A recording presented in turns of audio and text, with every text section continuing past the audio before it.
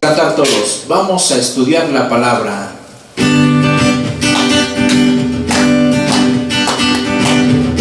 Vamos a estudiar la Biblia, que es la palabra de Dios, para crecer en la fe y vivir en el amor.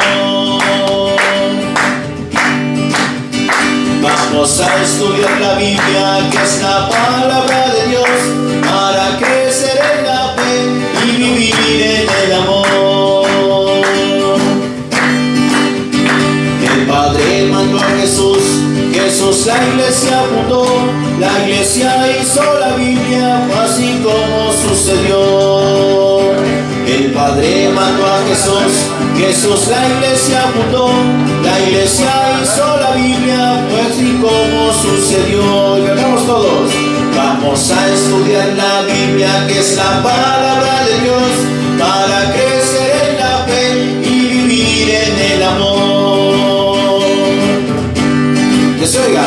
Vamos a estudiar la Biblia, que es la palabra de Dios, para crecer en la fe y vivir en el amor. Esa iglesia es la católica, es la que fundó el Señor, para que anuncie a los pueblos todo lo que Él enseñó. Esa iglesia es la católica, es la que fundó el Señor, para que anuncie a los pueblos todo lo que Él enseñó. Y vamos a estudiar la Biblia. Vamos a estudiar la Biblia, que es la palabra de Dios, para crecer en la fe y vivir en el amor. Vamos a estudiar la Biblia, que es la palabra de Dios, para crecer en la fe y vivir en el amor. De Dios. Evangelio no es un libro, Evangelio es el Señor, con sus hechos y palabras es la buena nueva de Dios. Vamos a estudiar. Vamos a estudiar la Biblia, que es la palabra de Dios, para crecer en la fe y vivir en el amor. Nada más.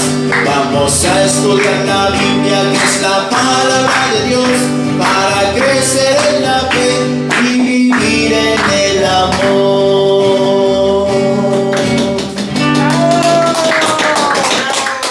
Bienvenido. Muy buenas noches, bienvenido, de verdad. Vamos a continuar. Vamos a hacer una pequeña oración, una pequeña alabanza para que nuestro espíritu se vaya acomodando y se vaya poniendo en la misma sintonía de nuestro Padre Dios. En el nombre del Padre, y del Hijo, y del Espíritu Santo. Amén. Vamos a hacer esa alabanza que estamos acostumbrados.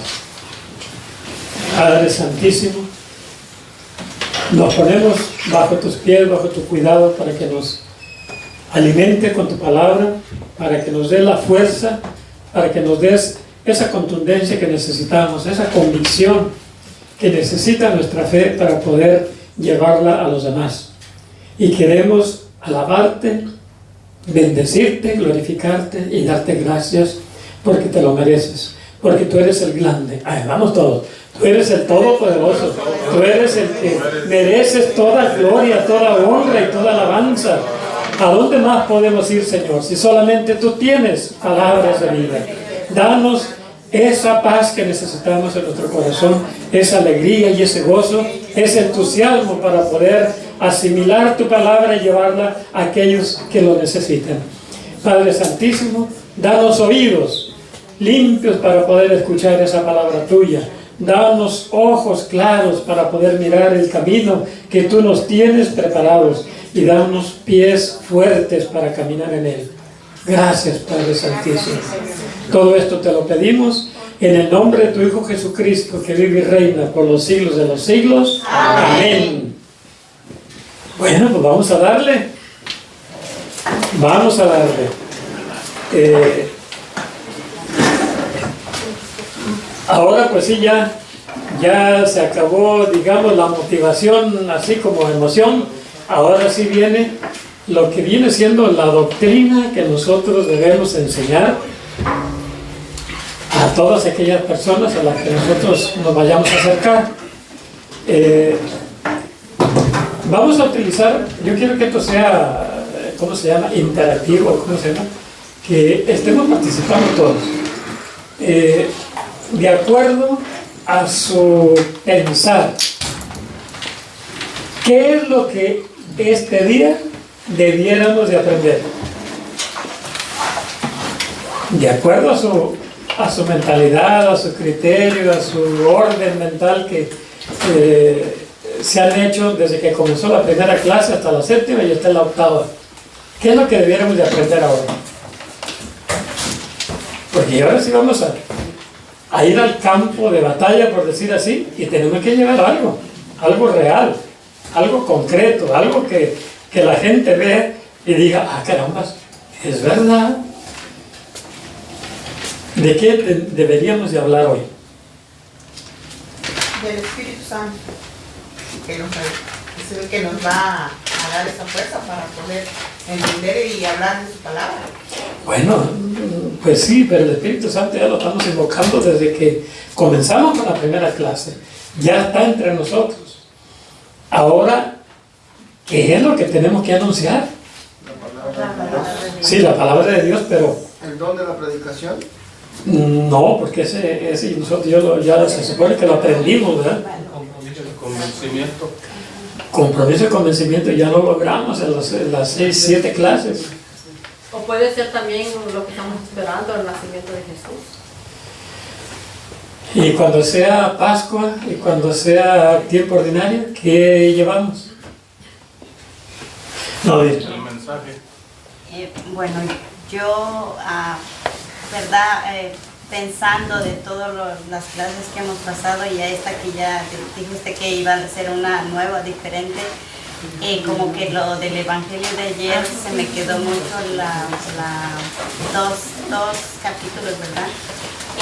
Que ese sería como para llevar, como para cuando ir a visitar a las personas que estamos,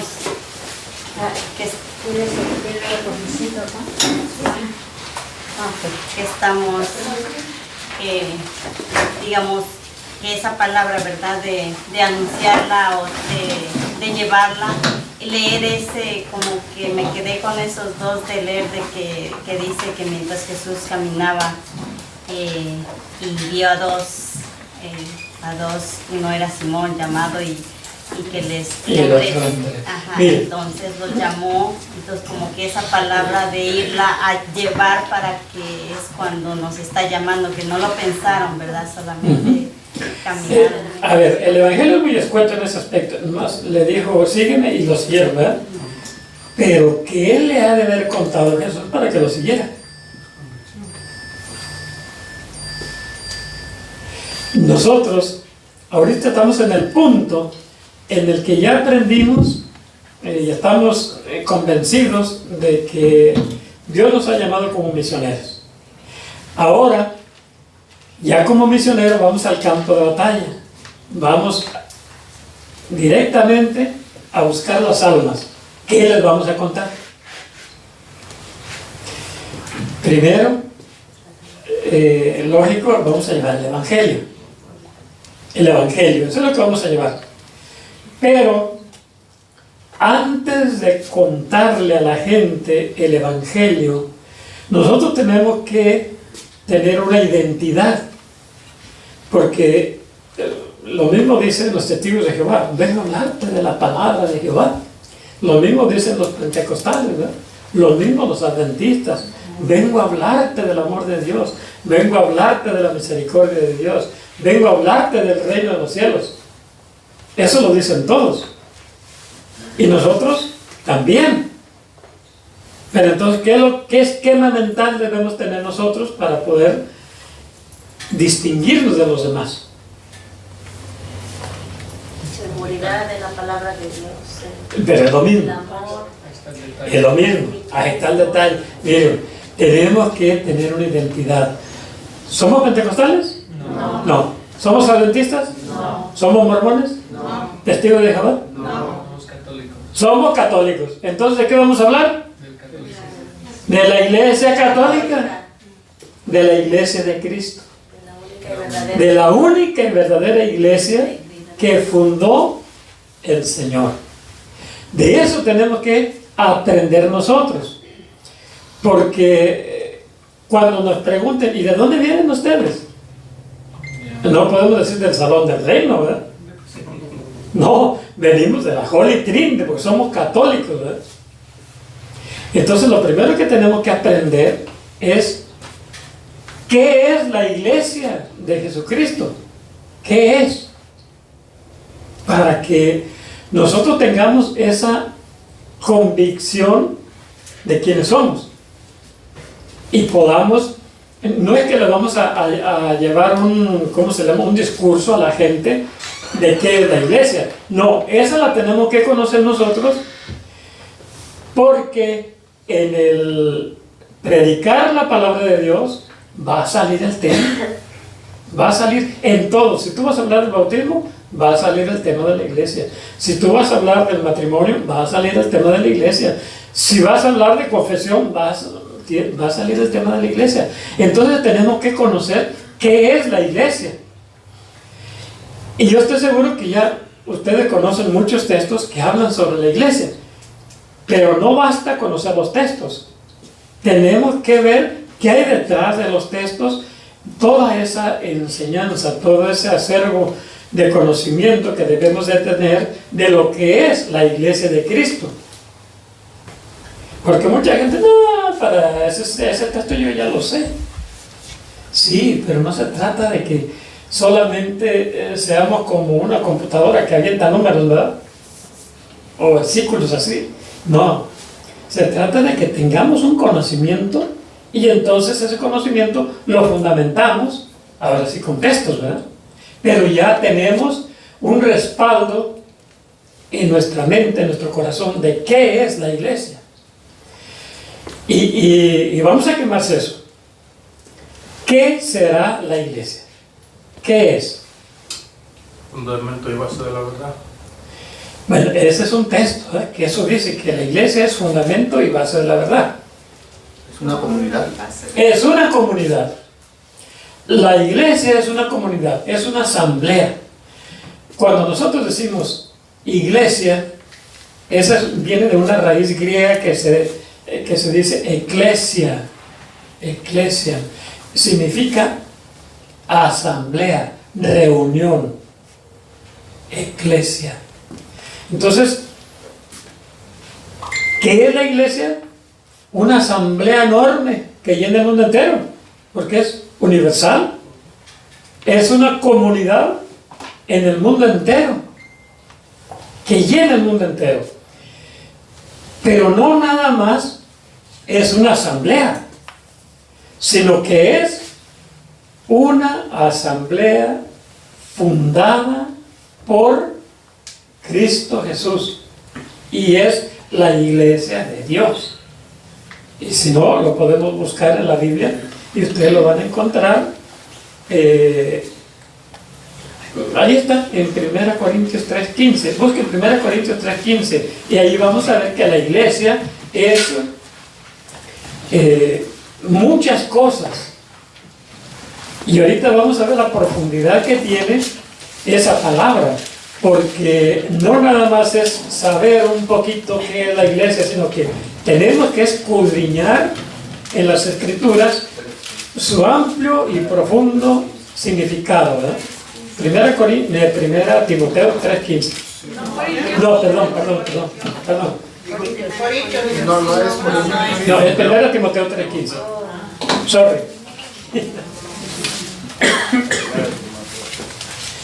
Y ese texto es solamente para que nosotros ahorita vayamos agarrando un poquito de conocimiento de lo que es la iglesia, ¿verdad? El que lo tenga, ahí viene Francisco. Pero si me demoro, para que sepas cómo debes portarte en la casa de Dios. A ver, primero, le está hablando San Pablo a Timoteo, dice, para que sepas cómo portarte o comportarte o dirigirte o conducirte en la casa de Dios. Oigan, entonces ya estamos viendo que la iglesia es que la casa de Dios. Es el lugar donde habita Dios, donde está Dios, donde vive Dios. En el Antiguo Testamento dice Dios que Él quiere habitar en medio de su pueblo, ¿verdad?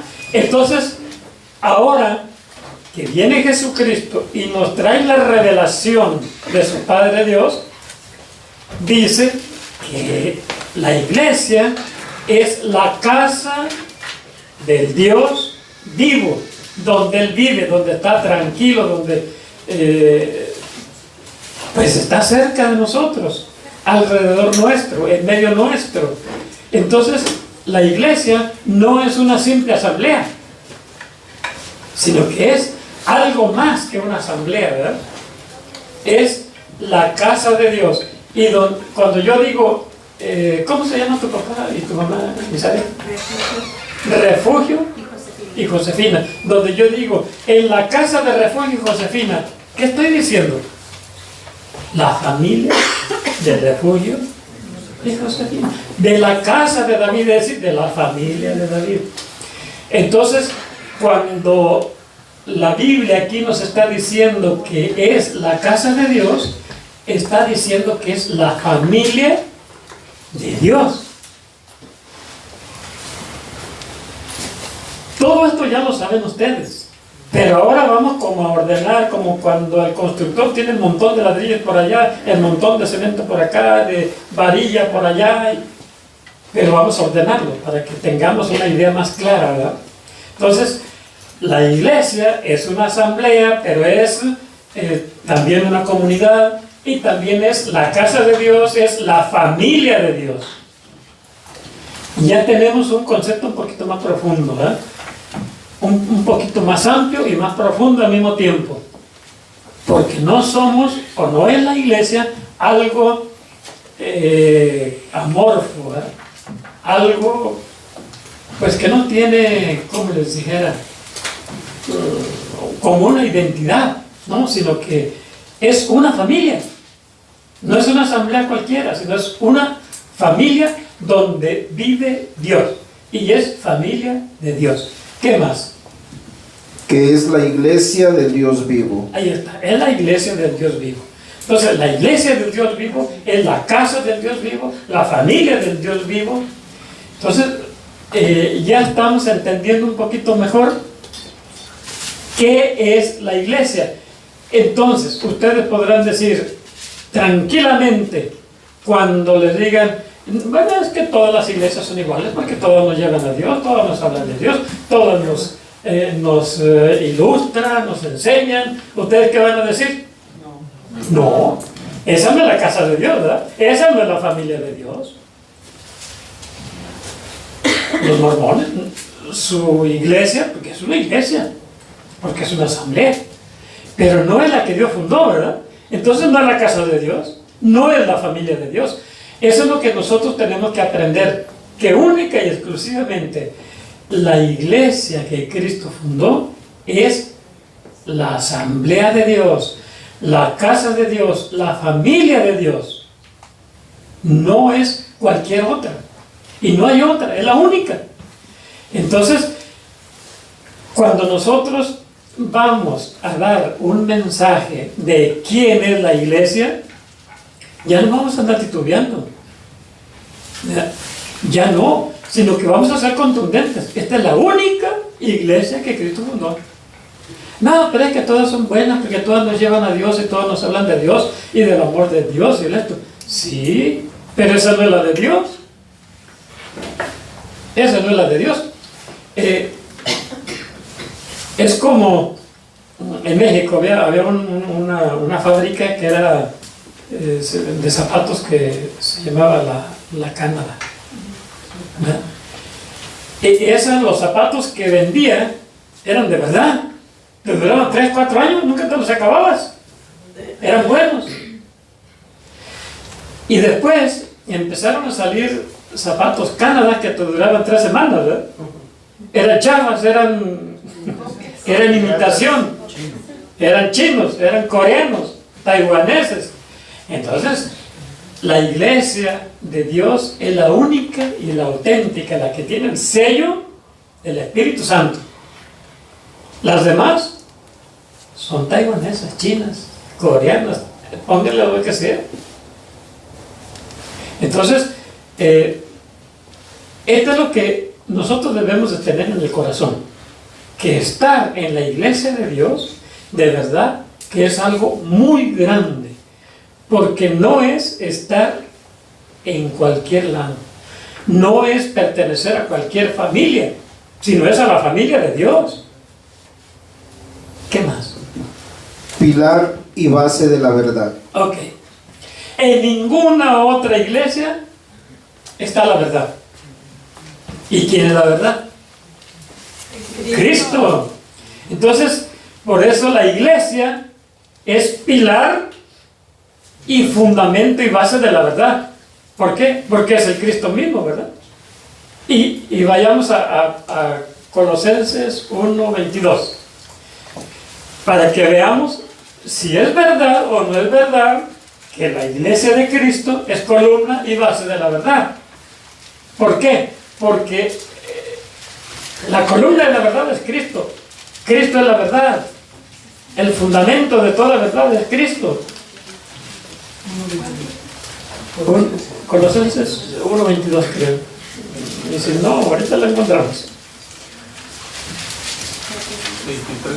Pero con su muerte, Cristo los reconcilió y los integró a su mismo ser humano mortal. Ok, oigan esto.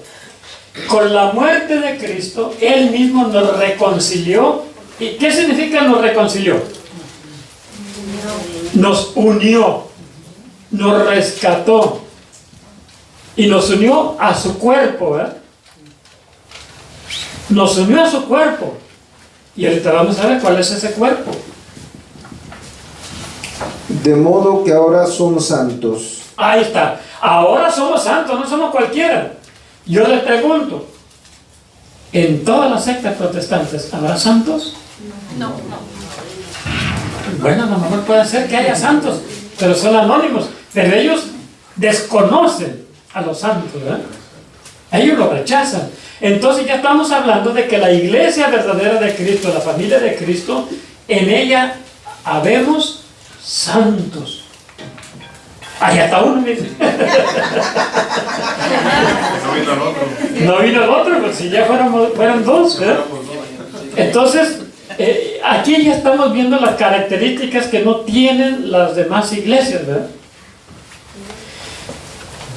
Cristo, con su muerte y su resurrección, nos reconcilió, nos unió, nos fusionó con su cuerpo y nos hizo santos, porque Él es santo. Entonces, si estamos unidos a su cuerpo, fusionados a su cuerpo, tenemos que ser santos, ¿verdad? ¿Qué más? Sin culpa ni mancha ante Él. Ahí está.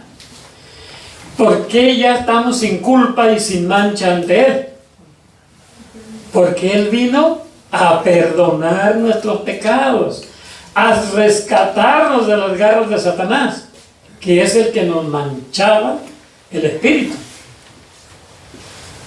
Entonces, ¿qué más? Pero, por supuesto, perseveren en la fe, muéstrense firmes, cimentados en ella. No se desvíen de su esperanza. Tengan siempre presente el Evangelio que han oído, que ha sido predicado a toda criatura en este mundo y del que yo, Pablo, he llegado a ser encargado. Ok. Ahí estamos viendo cómo Jesucristo ya nos está como, ¿cómo se dice? Nos está haciendo una sola cosa con Cristo. A ver, leen el versículo 18, por favor, Francisco. Dice, ahí está. Y Él es la cabeza del cuerpo. Ok. Estamos hablando de Cristo, ¿eh? Él es la cabeza. Es decir, el fundamento, la columna, la base. ¿Pero de qué? es decir, de la iglesia. Ahí está, de la iglesia. ¿Y qué más? El que renació primero de entre los muertos, para que estuviera en el primer lugar en todo. Así quiso Dios, que el todo se encontrara en él, y gracias a él fuera reconciliado con Dios. Ahí está. Cristo es el todo.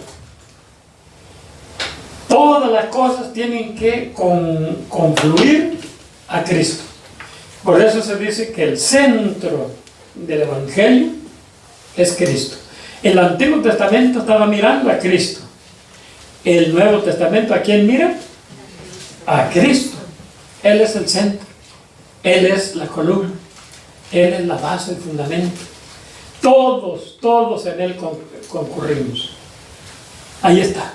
Entonces, ya estamos entendiendo que verdaderamente la iglesia no es cualquier cosa.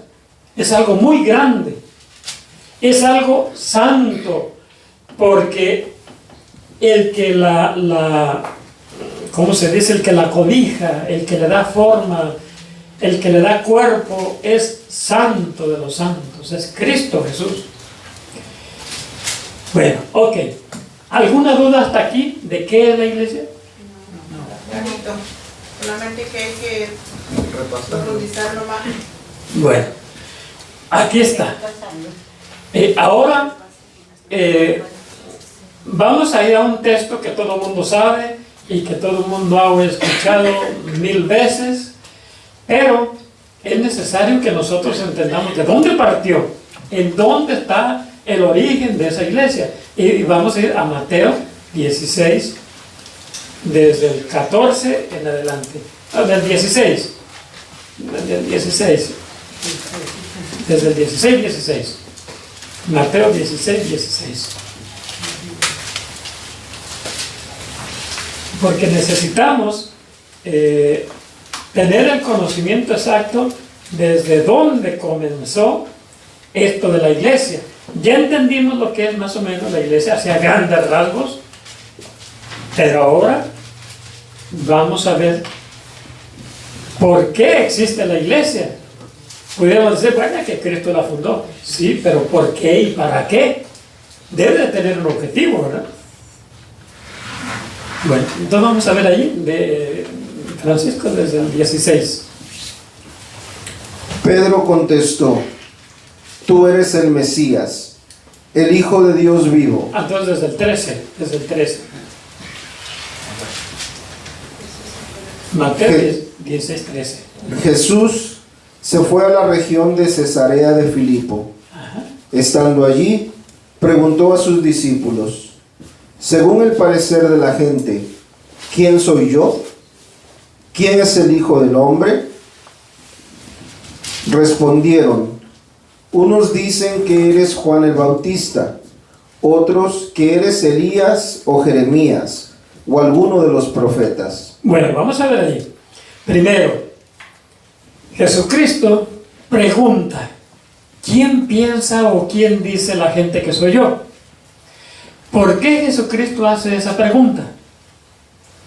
Quiere estar seguro de que sus discípulos aprendan de verdad quién es Él. Porque si también los discípulos están desorientados o confundidos o tienen una idea errónea de lo que es Jesucristo, pues entonces no iba a funcionar lo que Cristo estaba a punto de revelar, ¿sí? De revelar o de fundar. Era necesario que esos discípulos estuvieran bien claros quién es Jesús, y nosotros también, porque si pensamos que es algún profeta, pues entonces ya estamos cerrados, ¿no? Jesús les preguntó: ¿y ustedes quién dicen que soy yo? Pedro contestó: tú eres el Mesías, el Hijo del Dios vivo. Ok, ¿y nosotros qué contestamos? ¿Quién es Jesús? Mesías. El Mesías. ¿Y qué quiere decir el Mesías? El Mesías significa ungido. Ungido. Es lo mismo que Cristo también es ungido. Mesías significa ungido, solamente que Mesías es en hebreo. En hebreo, Mesías, ¿verdad? Es el ungido. Jesucristo es el Jesús ungido, ¿verdad? El crismado o ungido es lo mismo. Entonces nosotros tenemos que tener bien claro quién de verdad es Jesús, porque si ustedes le preguntan a un testigo de Jehová, ¿qué va a decir? ¿Quién es Jesús? Nuestro hermano mayor, ¿verdad? Ellos no van a decir que es Dios. Ellos van a contestar que es el hermano mayor, pero no Dios. Los mormones, ¿qué van a contestar? Que es Dios, igual que yo también soy Dios. Y todos somos dioses. Eso van a contestar los mormones. ¿Qué va a contestar un pentecostal? Es el Hijo de Dios. Y la secta de los pentecostales, que son los pentecostales unidos, ¿qué van a contestar? Es el Padre. Jesús, el Hijo, es el Padre. Y el Espíritu Santo también es el Padre.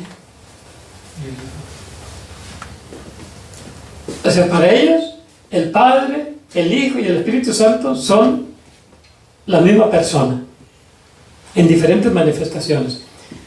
Hoy me conviene pasar ante mis súbditos como padre, me visto de padre.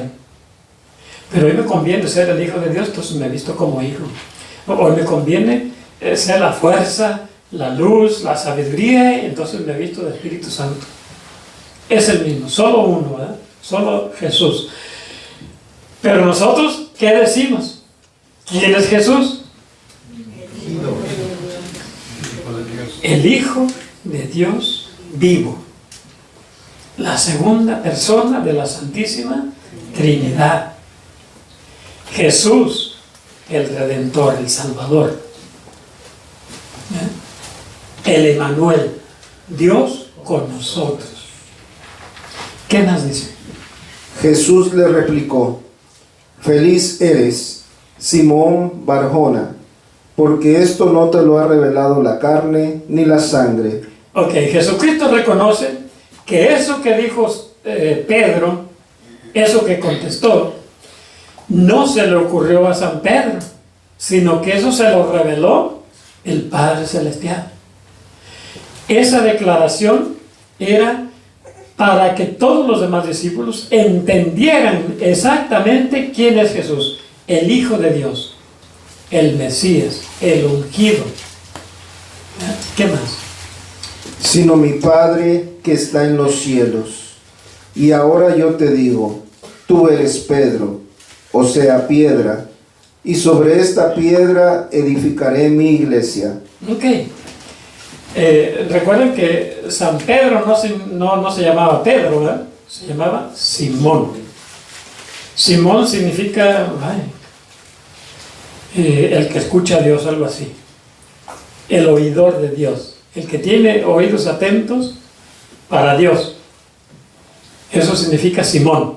Pero ahora Jesús le cambia el nombre y le pone piedra. Desde, creo que San Juan 1:42, le cambia el nombre, y le dice: bueno, te llamarás piedra, porque él ya tenía en mente en dónde iba a fundamentar su iglesia. Jesús, como Dios, conocía el corazón de cada uno de aquellos discípulos que él iba llamando.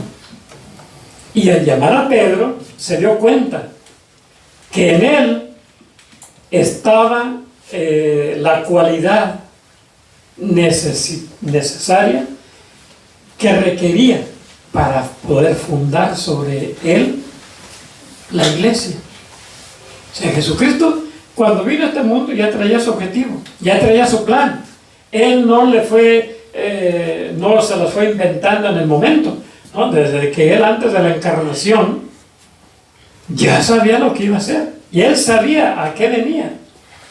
Porque ¿quién es el autor de la creación? Dios. Sabemos que la creación es trinitaria, pero hay una persona encargada. Y eso lo tenemos en San Juan 1, del 1 al 14. Fue Cristo el que hizo las cosas, el que creó el mundo, el universo. Y este mundo fue creado bondadoso, santo y muy bueno, ¿verdad? Y se le echó a perder. El chamuco lo echó a perder. Entonces, ¿a quién le corresponde arreglar al mundo? ¿Al Padre? Al Hijo, que fue el autor. Es como si yo llevo mi carro a que me lo arregle el mecánico y me hace una barajustada en el motor. ¿A dónde tengo que acudir yo para que me lo vuelva a arreglar? Al mecánico, porque él es el responsable, ¿verdad? Entonces aquí Jesucristo ya de antemano tenía un plan, tenía un proyecto bien definido, lo que iba a venir a hacer en esta tierra. Venía a reconciliar la tierra, a perdonar el pecado y a restablecer el orden otra vez. Entonces cuando se encuentra con Pedro la primera vez, búsqueme por ahí San Juan 1, a ver allá con doña Margarita, que tiene el otro micrófono. San Juan 1, 42.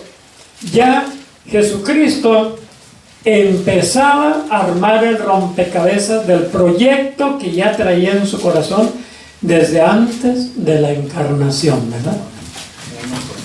1.42, San Juan 1.42. Y se lo presentó a Jesús. Estamos hablando del santo de ayer, ¿verdad? San Andrés, hermano de San Pedro. Se lo presentó Andrés a Jesucristo. Jesús miró fijamente a Simón y le dijo: Tú eres Simón, hijo de Juan, pero te llamarás Kefas, que quiere decir piedra. O sea, Kefas es en arameo, ¿verdad? Kefas, piedra. Y aquí se hacen bolas los hermanos separados. Que es una piedrita chiquita. Pero es piedra, ¿verdad? Una arena es una piedra. Una roca grandota, pues también es una piedra. Grande, pero es piedra. Entonces, ya Jesús, viendo el proyecto que traía desde antes de la encarnación, dice, ok, aquí está ya, sobre quién voy a afincar mi iglesia, mi proyecto. Entonces ahí está ya. Y ya cuando se encuentra acá, pasado el tiempo, ahora sí, ¿quién soy yo? No, pues tú eres el Mesías, ok. Ahí Jesucristo confirma que verdaderamente San Pedro es una piedra firme, una piedra digna de confianza donde va a fincar su iglesia. ¿Qué más sigue, Francisco? Los poderes de la muerte jamás la podrán vencer. Aquí hay una promesa increíble que echa por tierra toda la doctrina protestante, que dice que la Iglesia católica se corrompió y se acabó. Y vino Constantino en el 313 y fincó una nueva iglesia. Esto contradice las Santas Escrituras, porque la promesa de Jesucristo no es una promesa de Juan de las Cotorras, ¿verdad? Sino que es una promesa del Dios Altísimo. Y dice, nadie podrá contra ella. Vuelven a repetir eso, Francisco, por favor. Los poderes de la muerte jamás la podrán vencer. Ahí está. Si Cristo promete que ni siquiera el diablo ni la muerte podrá vencer su iglesia, ¿ustedes creen que estas nuevas iglesias que han salido, supuestamente sustituyendo a la iglesia católica porque se recorrompió y se pervirtió, y ahora son ellos los dignos representantes del cielo llevando el evangelio? ¿Ustedes creen que sea verdad? No. Definitivamente que no. Ellos están pasándose por el arco del triunfo la palabra de Jesucristo, problema que cuál de ellas es, porque hay muchos pentecostales. Pues sí, todos dicen lo mismo, nosotros somos los auténticos. Pues mira, ¿cuántos auténticos puede haber? Solamente puede haber un auténtico, ¿eh? Y esa pues es la que Cristo fundó, porque dice, ni siquiera el mismo infierno, ni el diablo, con todos los secuaces, ni la muerte, podrán vencerla. Es decir, va a permanecer siempre, hasta que venga Cristo. Y después va a continuar, porque entonces seremos la iglesia triunfante. Ahora somos la iglesia peregrinante, pero después seremos la iglesia triunfante. ¿Qué más, Francisco? Yo te daré las llaves del reino de los cielos. Ok. Esto es sumamente importante. Sumamente importante. En la tierra hay poder celestial. San Pedro tiene las llaves del reino de los cielos. Bueno, Cristo tiene la original. A San Pedro le dieron una copia, pero le dieron copia. Puede abrir. También la copia abre. Esto es importante. Eso significa autoridad plena. Plena, total. Tiene la llave, tómala. Es tuya. Lo que tú hagas, eso está bien hecho. Como la llave del centro. Más o menos. ¿Qué más, Francisco? Lo que ates en la tierra quedará atado en el cielo. Ahí está. Como tiene las llaves, él tiene toda la autoridad. Lo que él decida aquí, eso se respeta en el cielo. Si se equivoca, ¿qué pasará? A ver, vamos a ver, si se equivoca San Pedro y hace una mala decisión, ¿qué pasará? Se respeta. Se respeta en el cielo, aunque sea mala la decisión.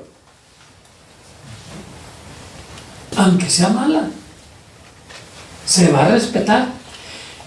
Después, Cristo pedirá cuentas de esa administración, ¿verdad? Pero por lo pronto, Jesucristo nomás dice, ¡ay, Dios mío! Pero tiene que respetar, porque Él dijo, lo que tú ates quedará atado en el cielo, y lo que tú desates en la tierra quedará desatado en el cielo. Es decir, esa autoridad plena solamente existe en la Iglesia Católica. Nadie más tiene esa autoridad, porque Jesucristo a nadie más le anduvo dando copias de esa llave. Solo se la dejó en las manos de San Pedro. Y ahora la tiene Francisco. Y el Papa. No Francisco Laya. Ni Pancho Pantera. No. La tiene el Papa Francisco. ¿De dónde la tomó? De las manos ¿de quién? De Benedicto XVI. ¿Y Benedicto XVI de dónde la tomó? De Juan Pablo II. Y esa fue la cadenita, ¿verdad? Hasta llegar a San Pedro que la pasó al que seguía. Pero es una autoridad plena, una autoridad total. Porque lo que ates quedará atado en el cielo. Y lo que desates también en el cielo quedará desatado. Es decir, si la iglesia decide perdonar el pecado grande de alguien que estaba atado y la iglesia lo desata, queda desatado en el cielo. Así de fácil. Porque esa es la promesa de Jesucristo. Es la autoridad universal de Dios dándosela en las manos de un mortal. Esa autoridad celestial ahora queda en poder de seres inferiores, seres débiles, seres pecadores, pero tienen la autoridad. ¿Qué más? Y lo que desates en la tierra quedará desatado en el cielo. Ahí está, es lo mismo, ya lo dijimos, ¿verdad? Aquí no hay duda de en dónde encontramos la autoridad de Dios. No la vamos a encontrar en los pentecostales, ni tampoco en los mormones, ni en los adventistas, ni en los bautistas, ni en los presbiterianos. Solo la vamos a encontrar en la iglesia que fundó Jesucristo. Entonces, esa promesa, porque aquí todavía no está fincando la iglesia sobre Pedro, sino que la está prometiendo, ¿eh? Está prometiendo: sobre ti edificaré mi iglesia. La va a edificar apenas, pero ya está la promesa. Y ya sabemos que es la iglesia ahora sí, ¿verdad? Y para entenderla un poquito más, vamos a ver el texto de San Juan, Dios, ¿qué es? 19, del 15 en adelante. San Juan 19, del 15 en adelante.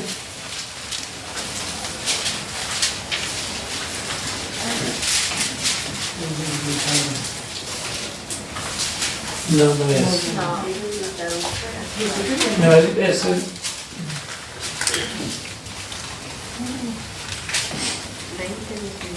20:19.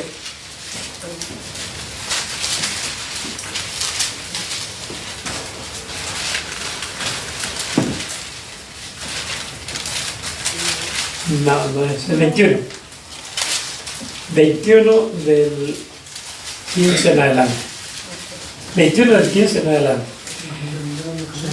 Allí vamos nosotros a comprobar que esa iglesia que Jesucristo prometió fincar sobre Pedro, ahora sí se la está dando oficialmente a San Pedro, aunque todavía está incipiente esa iglesia, porque ya en Marcos 3, allí fue donde verdaderamente ya la comenzó a fincar.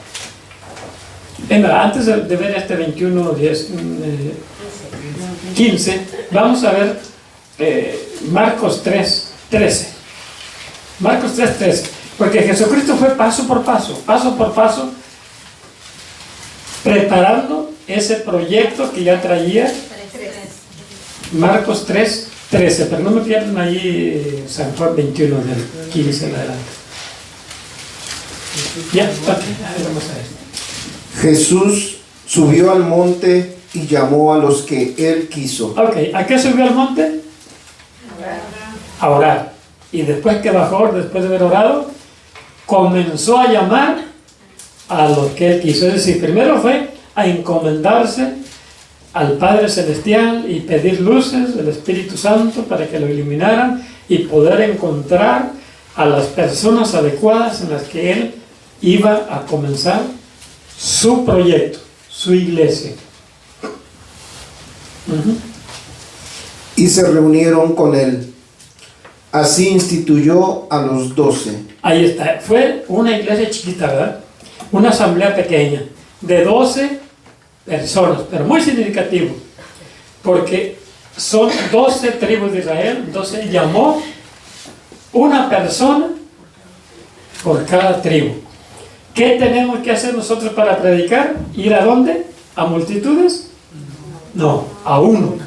Un representante de la familia, ¿verdad? Ahí tenemos que ir también nosotros. Igualito que Jesús.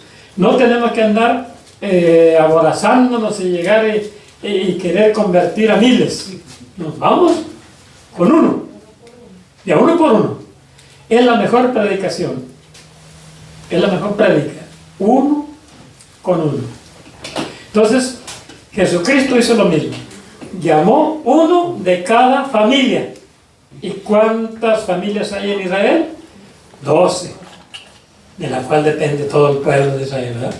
También nosotros tenemos que ir a uno de nuestra familia. A uno por uno. ¿Qué más? A los que llamó también apóstoles, para que estuvieran con él y para enviarlos a predicar. Ok.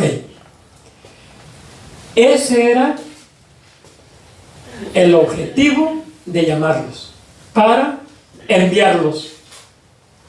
¿Cuál es el objetivo que tiene Cristo de traernos aquí? ¿Habernos llamado? ¿Para qué? Para enviarnos. Enviarnos a predicar. Ese es el objetivo. No hay otra cosa más importante en el mundo que el ser enviado, el ser apóstol, el ser misionero. No hay otra cosa más importante. Si alguien quiere hacer un trabajo grande en la iglesia, es ser misionero. No hay otro más grande. Porque si hubiera habido otro más grande, Jesucristo lo hubiera dicho. No hay. No hay servicio más grande y más importante que el predicar, el misionar, el evangelizar. Ese es el más grande. Y fue el que ocupó Jesucristo. Él vino a predicar el reino de los cielos en este mundo. Y comenzó de a uno por uno, de a uno por uno, hasta completar 12. Y ya no llamó más. Después hubo más que se fueron sumando por la predicación de los apóstoles. Y después tenía Jesucristo otros 72, pero también eran ya descendientes de los apóstoles. Y él también los enviaba a predicar. A mí no me importa si somos de los 12, no, pues ya no, ya está ocupado, ¿verdad? Ese puesto está ocupado, pero los 72 sí. En los 72 sí, ahí estamos nosotros metidos. Entonces, no hay prestigio, vamos a ponerle así mundanamente hablando, no hay prestigio más grande que el ser enviado, el ser apóstol, el ser misionero, el ser evangelizador. No hay. Búsquenlo. Así vaya una persona y diga, yo soy el que le sirvo al obispo aquí y lo acomodo, le pongo su mitres. Pues no, discúlpame, pero eso no es importante. Lo importante es el predicar la palabra. Ese es el puesto más grande que una persona puede alcanzar. Cristo nos está llamando al puesto más grande. Pero, por supuesto, si es el más grande, ¿cómo nos tenemos que conducir? Como los más pequeños, ¿no? Los servidores de todos. Porque todos los demás puestos de servicio que hay se dan el caché. ¿O no? Entonces no son tan importantes. El más grande es el más humilde.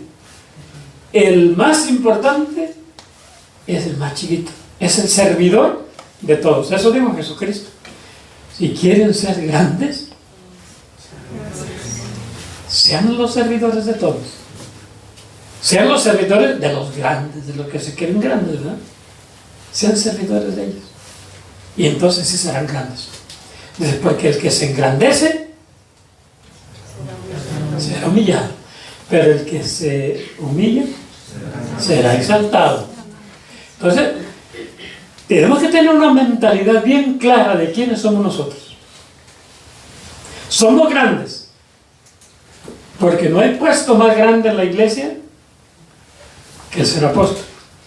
Pero al mismo tiempo debemos conducirnos como los más humildes, los más sencillos, los más chiquitos. Como dice San Pablo, si tú sabes mucho, no sé nada. Piensa que no sabes nada y todos los demás son sabios. Así tenemos que comportarnos, humildes. Ese es el puesto más grande. ¿Qué más dice? Dándoles poder para echar demonios. Ok, imagínense. ¿Quién será el más grande? ¿El que está poseído o el que saca chamucos? El que saca chamucos. Y nosotros tenemos ese poder de sacar chamucos. No ando haciendo exorcismos como por allí, se oye por allá alguien que anda haciendo exorcismos, ¿verdad? No de esa manera, no. De otra, más eficaz, más verdadera, más auténtica. Anunciando la palabra de Dios. Cuando tú anuncias la palabra de Dios, ocupa un espacio en un corazón. Y el espacio que va a ocupar, ya no lo puede ocupar Satanás. Ahí está la forma de cómo expulsar el demonio. Y si estaba cómodo, incomodarlo. Incomodarlo, exactamente. Entonces, ¿se fijan? ¿Cuál debe de ser nuestra convicción? Saber quiénes somos, pero conducirnos como si no lo fuéramos. ¿Verdad? Humildes, sencillos, contundentes, sin presunción, sino tranquilos. Yo recuerdo, yo acompañé varias veces a un sacerdote exorcista a un pueblo que se llama Ocotlán, en Jalisco. Iba precisamente a hacer exorcismo. La primera vez, oiga, yo me dio una espantada tremenda, ¿eh? Yo nunca había visto eso. Pero ese sacerdote, oh Dios mío, mis respetos, con una tranquilidad. Y la persona que ella pegando de gritos, arrastrándose, haciendo piruetas en las paredes y él tranquilo. Dios mío. ¿Por qué? Sabía qué poder traía en su mano, ¿no? Pero nunca dijo, ¡hey, Satanás! No, estás tranquilo con lo suyo. Con una humildad y una paz en su corazón. Y eso es lo que le incomoda a Satanás. Que no haya esas ínfulas de grandeza. Ya, ahorita lo voy a echar fuera. No, tranquilo. Y eso es tener poder. Porque cuando una persona llega con esa seguridad, todo el mundo se intimida, ¿o no? Cuando un servidor de Dios llega con esa calma, esa paz, esa seguridad, el que trae un chamuco se va a intimidar, se va a hacer chiquito y dice, ay, aquí sí que, aquí no lo hago yo, ¿verdad? ¿Qué más? Estos son los 12. Ah, bueno, ok. Ya vienen los nombres de los 12 que llamó Jesucristo. Aquí está ya su primera iglesia. Digo, más bien, ¿cómo podemos decir? La primera base, el primer cimiento las primeras líneas del cimiento que tendió Jesucristo, donde ya fincó su asamblea, chiquita pero contundente. Ahora sí vamos a ir a San Juan 21, desde el 15 en adelante.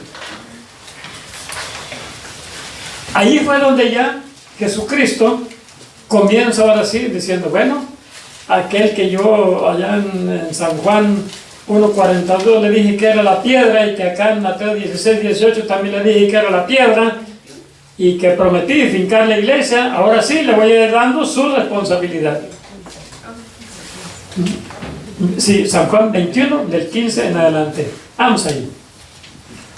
Cuando terminaron de comer, Jesús dijo a Simón Pedro: Simón, hijo de Juan, ¿me amas más que estos? Contestó: sí, Señor, tú sabes que te quiero. Jesús le dijo: apacienta mis corderos. Ahí está la primera encomienda. Apacienta mis corderos. ¿Por qué Jesucristo habló de corderos? ¿Que no es lo mismo que ovejas? Sí, pero hay una distinción. Corderos. ¿Qué se necesita para hacer una celebración de Pascua? Un cordero. ¿Qué es lo que se sacrifica en la mesa, en la Eucaristía? Un cordero. Entonces, para Jesucristo, esos 12 apóstoles, cada uno de ellos era el cordero que se sacrifica en la Pascua. Ofrenda a Dios. Cada uno de ellos. Por eso Jesucristo los distinguió y le dijo: apacienta mis corderos. Es decir, estos 12 que están aquí, apaciéntamelos. Hoy son los obispos, ellos son los corderos. El Papa es un obispo, no es algo que sea diferente, no, es un sacerdote, es un obispo, un representante directo de Jesucristo. Solamente que el Papa, en jerarquía, se le ha dado el poder que le dio Cristo. Y se le reconoce ahora por la Iglesia, pero tiene corderos. ¿Quiénes son? Todos los obispos. Entonces el Papa apacienta a todos los obispos. Vamos adelante. Le preguntó por segunda vez: Simón, hijo de Juan, ¿me amas? Pedro volvió a contestar: sí, Señor, tú sabes que te quiero. Jesús le dijo: cuida de mis ovejas. Ok. Aquí ya, como ya le habían encomendado los corderos, ahora ¿a quién le va a encomendar? A las ovejas. A todo el mundo. A todo el mundo. Y vamos a ver aquí qué otra encomienda le dio Jesús a Pedro. Insistió Jesús por tercera vez: Simón Pedro, hijo de Juan, ¿me quieres? Pedro se puso triste al ver que Jesús le preguntaba por tercera vez si lo quería y le contestó: Señor, tú lo sabes todo. Tú sabes que te quiero. Entonces Jesús le dijo: apacienta mis ovejas. Ahí está. Es decir, le está diciendo una vez más: cuida de mi iglesia universal. Ya te encargué mis corderos. Y ahora las ovejas. Pero ojo, te estoy hablando de las ovejas. Toda la iglesia universal. ¿En qué está fincando la confianza nuestro Señor Jesucristo cuando le está hablando a San Pedro? ¿En qué la está fincando? ¿En qué finca esa confianza? ¿En qué?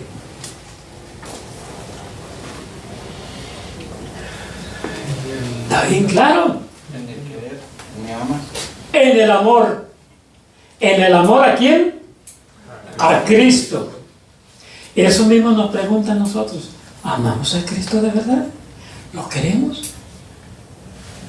Y si lo queremos, tenemos que hacer eso que le encomendó a San Pedro. Si no hay amor para Cristo, ¿qué vamos a hacer? Hacernos patos, ¿verdad? A trabajar con mi presunción, a ponerme yo por enfrente. Yo soy aquí el chicho, ¿verdad? Porque no hay amor para Cristo, hay amor para mí, egoísta. Por eso Jesucristo está fincando su seguridad de que esa iglesia va a funcionar en el amor a Él. Si yo en verdad amo a Cristo, tengo que corresponder al mandato de Cristo, para que Cristo cumpla el proyecto que traía desde el seno del Padre antes de encarnarse. ¿Sí o no? Sí. ¿Se fijan cómo nuestra mentalidad tiene que cambiar? Y todo lo que hagamos no es para recibir aplauso y reconocimiento, sino ¿para qué? Para agradar a Cristo, porque lo amo, porque lo quiero, porque doy mi vida por Cristo. Y si doy mi vida por Cristo, aunque tenga pavor y vaya temblando, tengo que acercarme a uno por uno y platicarle del amor de Dios, para que se convierta y se acerque a Cristo. ¿Y alguien me lo va a reconocer? No, porque mi trabajo va a ser callado, en el anonimato. Pero Dios me está mirando. ¿Quién me va a reconocer? Dios. No me importa si el sacerdote me reconoce, si el obispo me reconoce, si el pueblo me reconoce. No me importa, porque ellos no me van a salvar. ¿Me va a salvar? Cristo. Por eso Jesucristo se quería asegurar de que en el corazón de San Pedro hubiera un amor auténtico para Él. Porque si hay un amor verdadero, se atreve a dar la vida.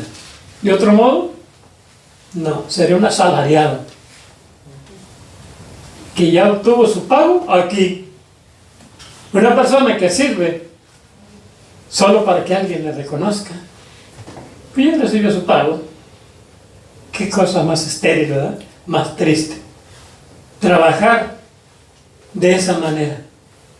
No, hay que trabajar para el grande, para el que sí paga. Y no aquí, sino allá. Por eso le estoy dando estos textos para que nosotros midamos cuál es el amor que tenemos a Cristo. Va a haber muchas cosas que a mí no me gustan. Como a veces escuchamos en la pastoral, no, pero es que eso a mí no me gusta, es que no debe de ser así. ¿Y quién te dijo que no debe de ser así? ¿Ya vino Cristo y te dijo que no debe de ser así? No, es tu presunción, es tu vanidad, es tu inconformidad, es tu rebeldía. Tú no preguntes, sé obediente, sé humilde y ve y trabaja como Cristo te lo está pidiendo. Apacienta mis ovejas. Y eso es lo que nosotros tenemos que sacar. El amor que decimos tenerle a Cristo. Limpiarlo, pulirlo, afinarlo y llegar hasta los 24 quilates, ¿verdad? Para que sea un corazón de oro. Donde Cristo se regocija, se goza, viendo. A lo mejor nada más alcanzamos a convertir un alma en toda la vida. Bueno, un alma eso no tiene precio. Pero si cada uno de nosotros, los cristianos, convirtiéramos un alma, pues todo el mundo estuviera salvado.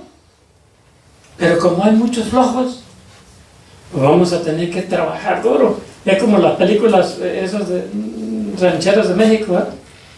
Ahí andan, bum, bum, bum. Y le dice el general al soldado, échele porque nos toca el día 7. Es más grande, 7 veces más grande el ejército contrario. Nos toca el día 7, vamos, échele ganas. Y lo encuentra sentado debajo de un árbol fumando. ¿Y qué pasó? No, yo ya acabé con mi 7. Ahora ya les toca a ustedes, ¿verdad?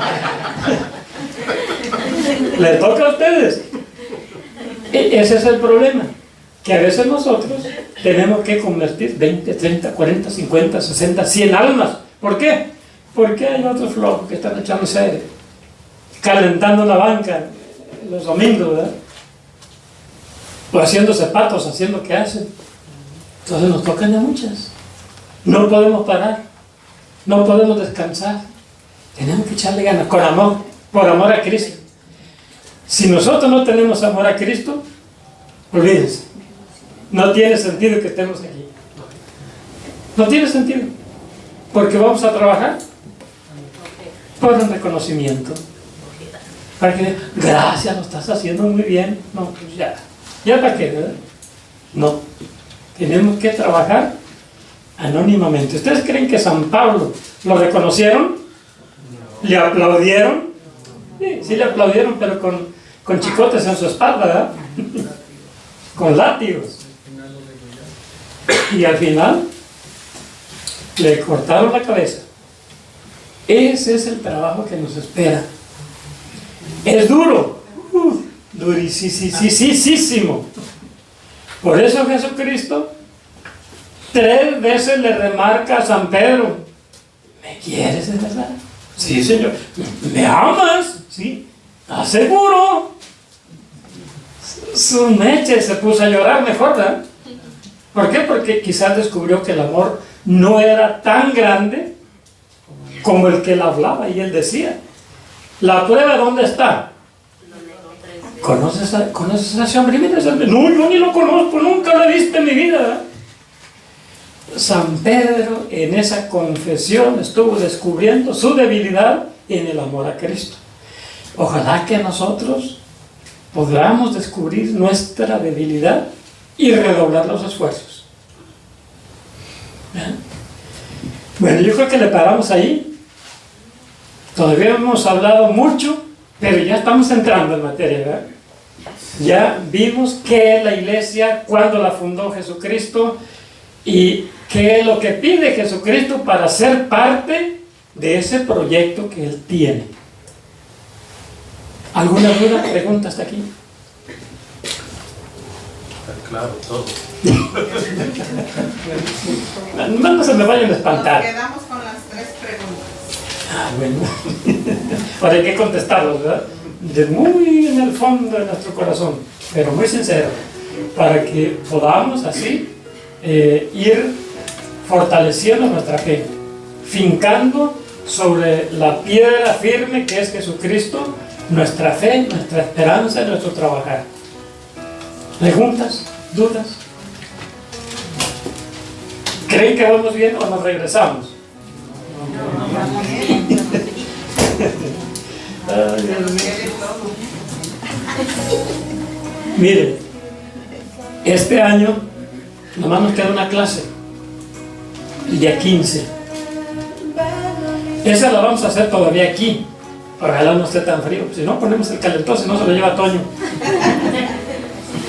Es la última clase que tenemos del año y vamos a volver hasta el día 5, pero posiblemente ya no volvamos aquí, sino lo vamos a hacer allá, en La Joya. Ya el Padre nos facilitó un salón donde vamos a hacer todas nuestras actividades, todas las transmisiones, vamos a hacer todo eso ahí. Y nos prestó el gimnasio para que hagamos nuestras reuniones generales grandes, ¿verdad? Y si no cabemos allá, no, podemos usar el basement también. Pero si cabemos allá, allá lo hacemos. Y tenemos también la cafetería para que nuestros hijos vayan a aprender Biblia también. ¿Ok? Pero a partir de enero. Ahí que ya empezamos allí. El Padre ya está mirando la necesidad de darle más fuerza a la pastoral. Que si ya la pandemia se fue, ya no hay pretexto para que anden por las casas, por aquí, por allá. Vamos a concentrarnos acá. Fantástico. Y pues eso fue lo que le propusimos y él lo aceptó de muy buena gana. Nos fue a mostrar las instalaciones. Este es suyo y esto también. Y aquello también, aunque no esté oficialmente hablado, pero ustedes agarren lo que necesiten. Así que vamos a poner las instalaciones de internet allá en el gimnasio y en el primer saloncito que está arriba del gimnasio y abajo que es la cafetería, porque necesitamos tener el internet funcionando allá para transmitir, para cualquier evento. Entonces ya nada más 15 de diciembre aquí y acabamos el año y el 5 ya lo haremos allá, primeramente Dios. Bueno. Una pregunta, don José, sí. De la cita bíblica que vimos de Mateo, donde dice, yo te daré las llaves del reino de los cielos. ¿Pueden ser los qué significa? Bueno, pienso yo que son los sacramentos. Es todo. Okay. Es la llave. Cuando yo tengo la llave de una casa y abro la puerta, ¿qué hay allá adentro? Todo. Pero ahí dice las llaves. Sí. ¿No pueden ser los sacramentos? ¿Podemos dar esa explicación también? Sí y no. La llave es la autoridad. Eso es la llave. Autoridad total. Es decir, tú traes una llave maestra que va a abrir todas las puertas de esta casa. Todas las puertas del reino de los cielos. Entre ellas está una puerta que se llama bautismo. Está otra puerta que se llama confesión, confirmación, matrimonio, orden sacerdotal, todo está ahí. Eucaristía. Pero trae la llave maestra, la autoridad. La que abre todas las puertas. ¿Alguna otra pregunta? ¿Duda? Raúl. ¿Cuándo se hace la imposición de manos? ¿Cómo?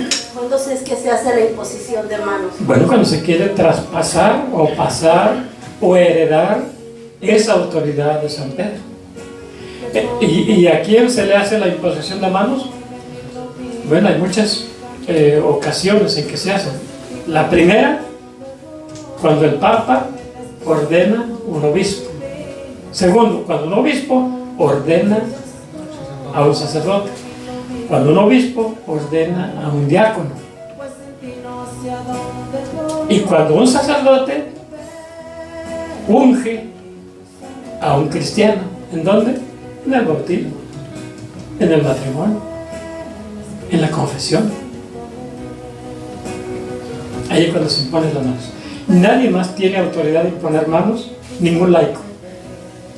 Solo el obispo, el sacerdote y nada más. El diácono no, él no puede imponer manos, porque él no va a ordenar a nadie. Él participa del orden jerárquico, pero no en plenitud, sino digamos, un sacerdotito chiquito, ¿verdad? Porque puede hacer todo menos confesar y consagrar. Entonces, Porque no están ungidas sus manos. porque no están ungidas sus manos. No, está ungido, pero no en plenitud. No en plenitud. ¿Alguna otra? Irle. Una monjita puede llevarse el Santísimo en el lugar donde ella está residiendo. Si tiene permiso del obispo, sí. Si no, no. Normalmente en los conventos puede serlo, porque hay un lugar específicamente para el Santísimo. Pero si es una monjita que vino de vacaciones, por decir así, y está viviendo en la casa de fulano, se lleva el Santísimo, y está haciendo mal. Está violando pues digamos, el cuidado que se debe de tener a la Santa Eucaristía. Nadie, absolutamente nadie, tiene ni poder, ni derecho, ni nada para tener el Santísimo en su hogar. ¿Y por qué tienen diferentes nombres las monjitas? Digamos, hay unas, esa es mi pregunta también, que tienen diferentes colores de vestimenta, ¿no? Blanco, negro, azul, café, amarillo, dependiendo de cuál es el color que ellos están representando de acuerdo a su mística. Por ejemplo, las franciscanas, ¿qué color traen? Café. ¿Por qué? Porque el café es un color, o también pálido, como el de gris. ¿Por qué? Porque son vestimentas que indican sacrificio, que indican austeridad, que indican ascética, fuerte. Y entonces cada quien utiliza, o por ejemplo la del Espíritu Santo. ¿Cómo se supone que es el Espíritu Santo? Blanco, radiante. Entonces las monjitas del Espíritu Santo traen su vestimenta blanca. Eso no tiene la menor importancia, porque pueden utilizar el vestido que sea, pero ellos en su orden han elegido este color por este significado, por lo que significa la fe, la esperanza, o la caridad, o lo que sea. porque ellas dicen que son de un grupo de monjitas que no tienen el apoyo de la iglesia, por eso es que ella tenía, digamos, como que no tienen el apoyo de la comunidad donde estaban, por eso es que ella tenía el Santísimo en la casa donde lo estaban como hospedando. No debiera. No debiera. Ella tiene que acudir al templo o a la parroquia donde ella reside para hacer la adoración al Santísimo. Ella no lo puede tener hasta que no tenga un convento y tenga un lugar consagrado por el obispo y específicamente para el Santísimo. No lo puede tener allá. Gracias. A menos que el obispo le haya dado permiso. A menos. Pero si no, está violando las reglas. ¿Algo más? Eso es lo que le iba a decir don Cooper, porque el padre Marcos Galvis dijo eso, que solamente si el obispo le da permiso de llevárselo, lo puede llevar, pero si no, no lo puede hacer. ¿Pero usted más? Don Cooper, para las personas que a veces dicen que por ejemplo, dicen que tuve un amigo, una conversación con un amigo, decía que su abuelito de él le había dicho que si tú vas a agarrar la Biblia para leerla, tienes que leerla toda, si no, mejor no la agarres. O sea, es como un compromiso, o sea, él lo ve como un compromiso porque dice, es verdad, dice, a veces nomás la agarramos nomás para ver qué sacamos, nomás la manoseamos. Sí. Y su abuelo le decía que si la iba a agarrar era para que la leyera y la terminara.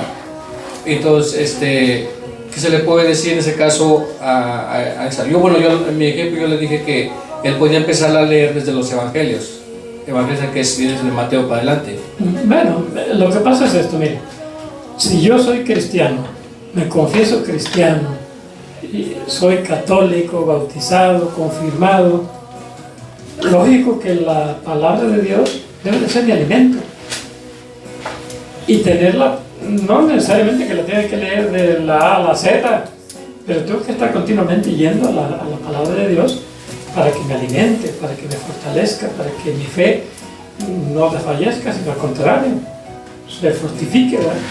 Y sí, claro, nosotros debemos de leerla siempre y pues si es posible, leerla 3, 4, 5 veces, completita. Yo ya perdí la cuenta de cuántas la leí ya, la verdad, completa.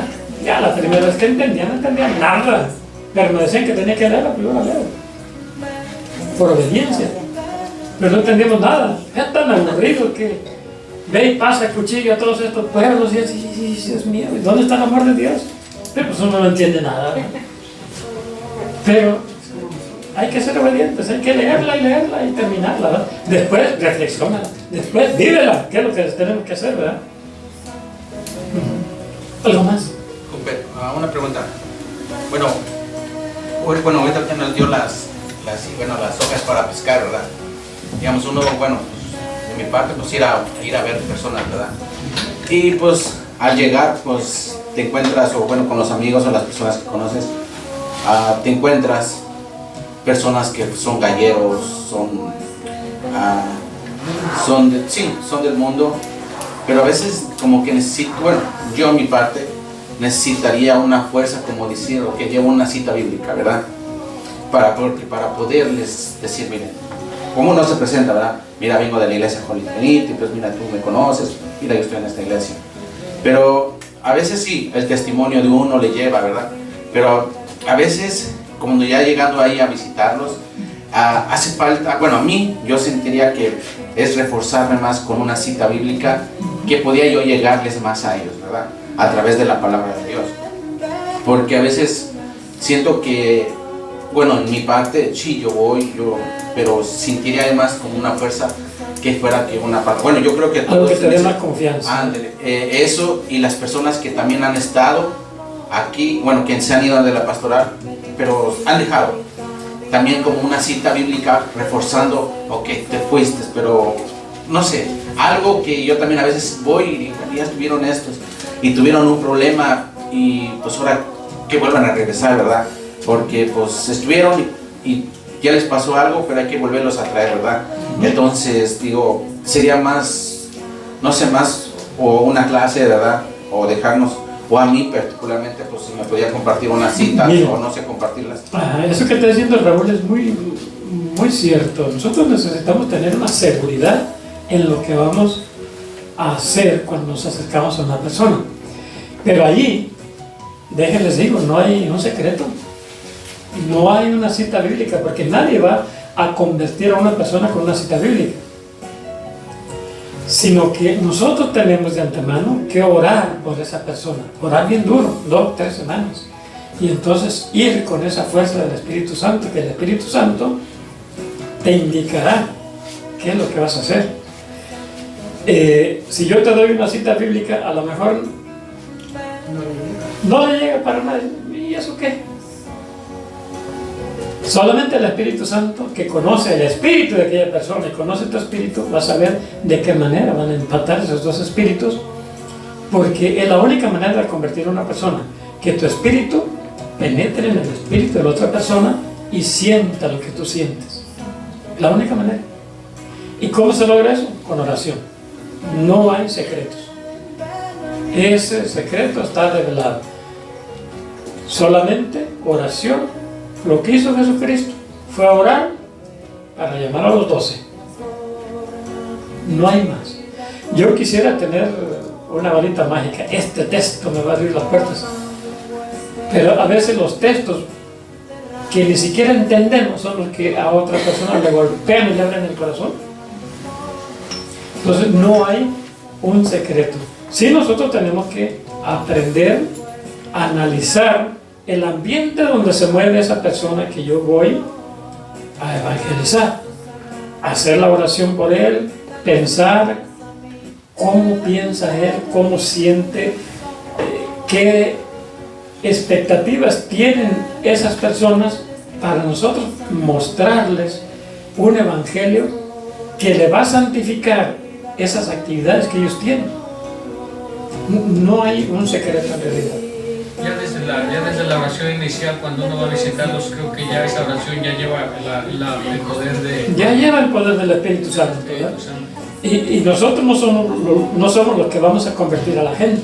Nosotros simplemente vamos a invitarlos a través, sí, de algún texto bíblico, que les dé confianza a ellos de que Dios verdaderamente los está invitando a que se acerquen. Pero el que los va a convencer es el Espíritu Santo. No hay más. Cuando peregrinábamos la Virgen de Ocupe, el papiro que llevábamos cuando decía que quién soy yo para que la madre de mi Señor venga a verme, mucha gente se doblaba. ¿Sí? Mucha gente se doblaba porque decía es verdad, no sé quién soy yo. ¿Quién soy yo? Y la misma familia la leía, porque decía, ¿quién soy yo? Y la gente ahí caía en el espíritu. Ya, pues, sí, ¿Y quién les dio ese golpe espiritual, por decir así? La Madre María. Así de fácil. Entonces, híjole, hay muchas cosas que quisiéramos tener, ¿verdad? Pero la única manera de tenerlas es con la oración, con humildad. Y decir, Señor, aquí va tu burrito, móntate en mí porque yo, la verdad, ¿qué voy a hacer yo ahora? Solamente tú, que tienes palabras de vida eterna.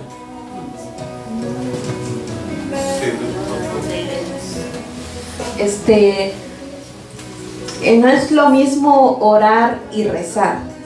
No, es lo mismo, déjenles decir. Orar, rezar, alabar, cantar, adorar, es lo mismo.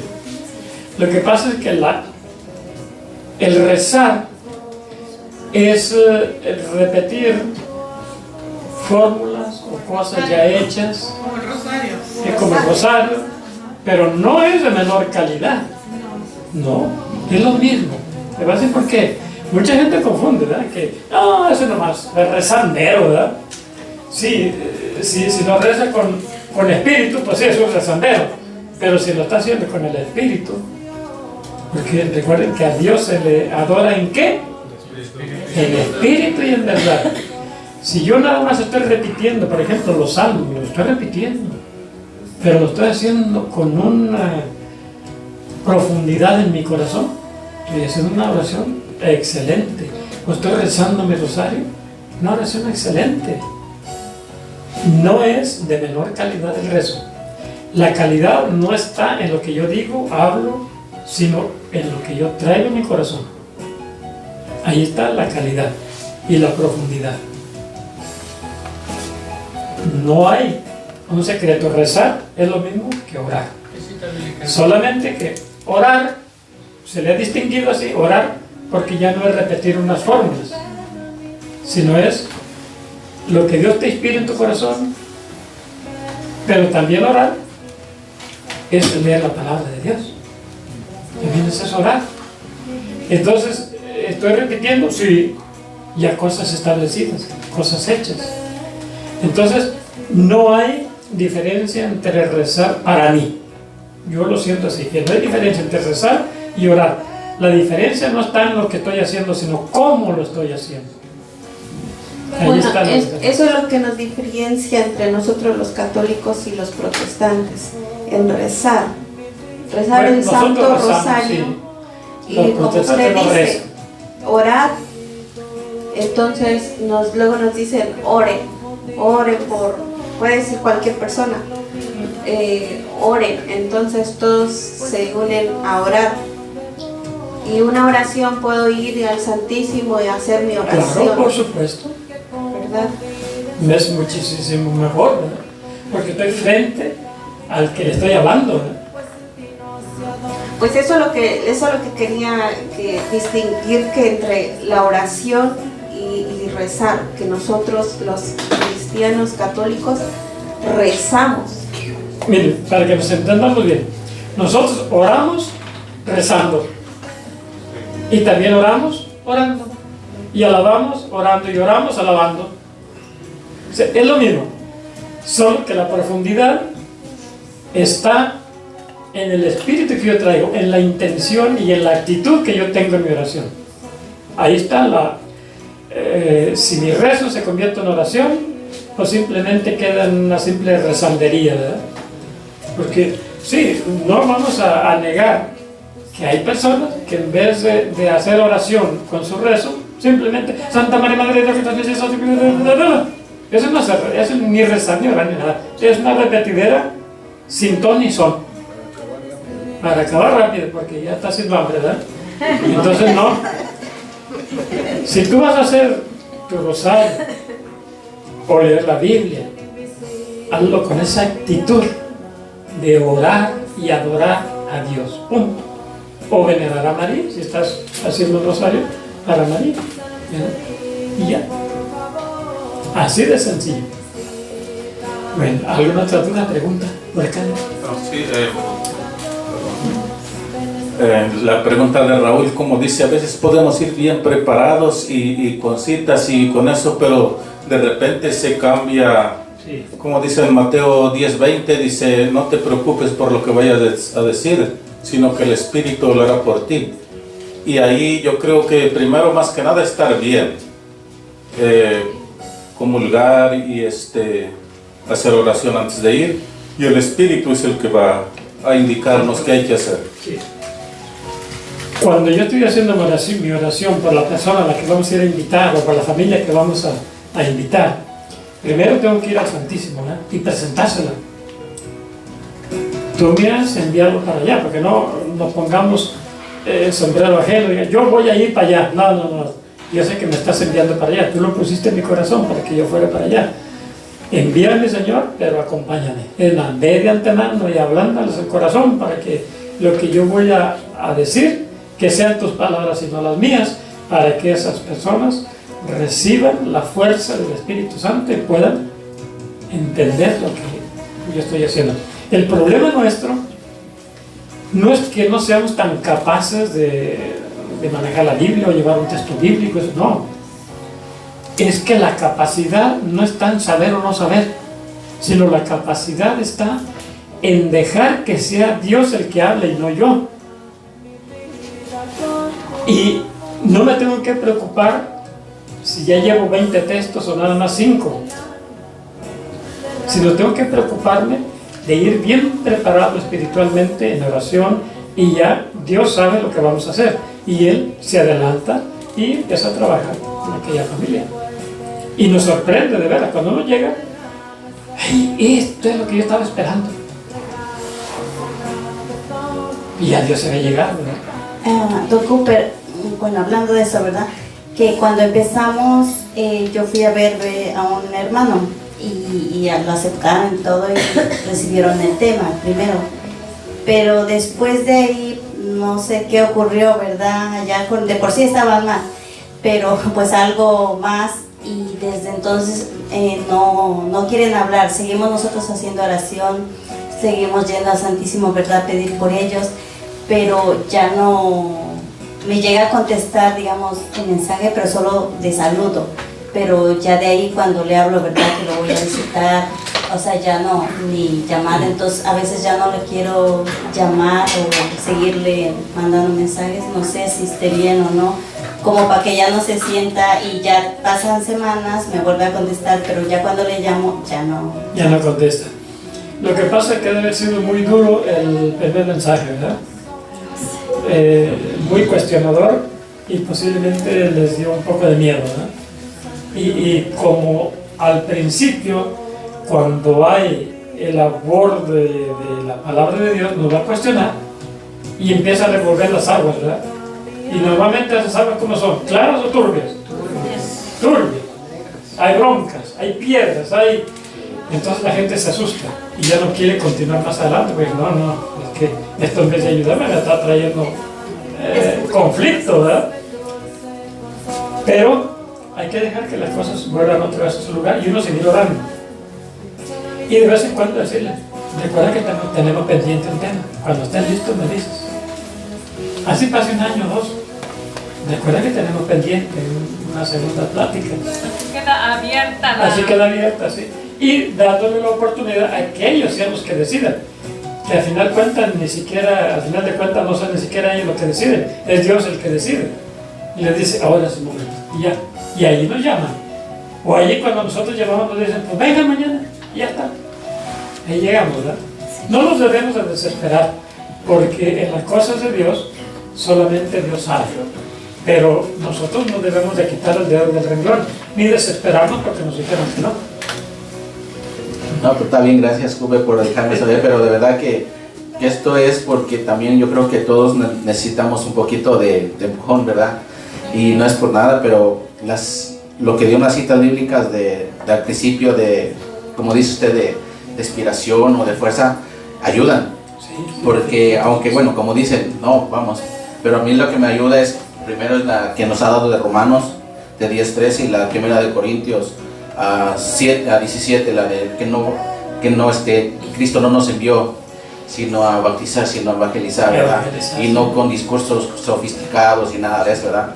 Entonces, eso es lo que, pero yo también lo hago para que todos hagamos y tengamos eso, ¿verdad?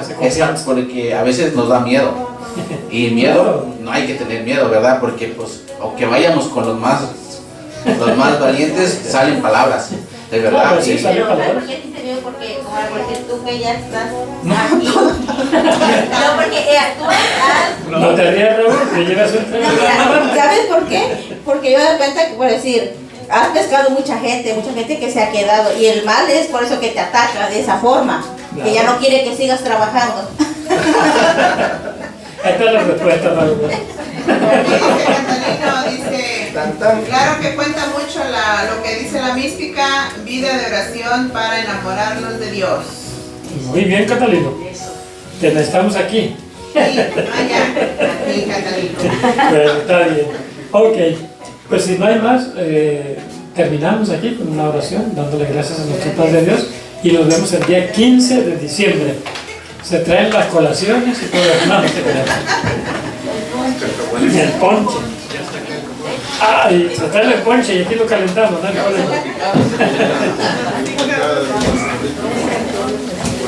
Bueno, vamos a darle gracias aquí delante de nuestra Madre María, porque pues ella es la primera evangelizadora, ¿no? La que dio a luz al evangelizador number one.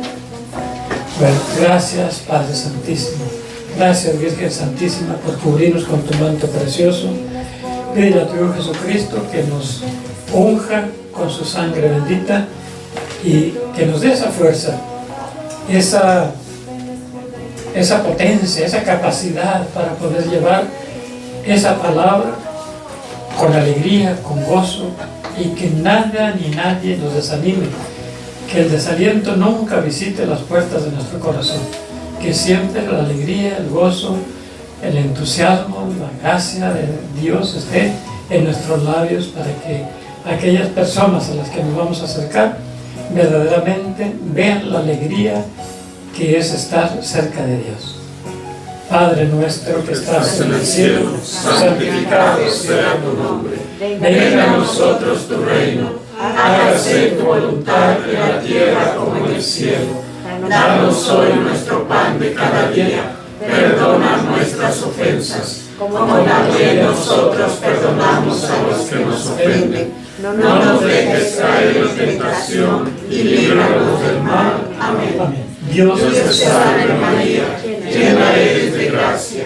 El Señor es contigo. Bendita tú eres entre todas las mujeres, y bendito es el fruto de tu vientre Jesús. Santa María, Madre de Dios, ruega por nosotros los pecadores, ahora y en la hora de nuestra muerte. Amén. Y que nos bendiga el Padre, el Hijo y el Espíritu Santo. Amén. Amén. Sagrada Familia, ruega por nosotros y por la paz del mundo entero. Amén. Bueno, los coordinadores, recuerden que tenemos mañana reunión, digo el viernes. Mañana. Antes de triunfar, ya estamos viejos, se levantan las cosas. Mañana a las 7 ahí estamos, primeramente Dios. Bueno, que Dios los bendiga. Y conectémonos al rosario, ya dentro de 15 minutos estamos ahí listos.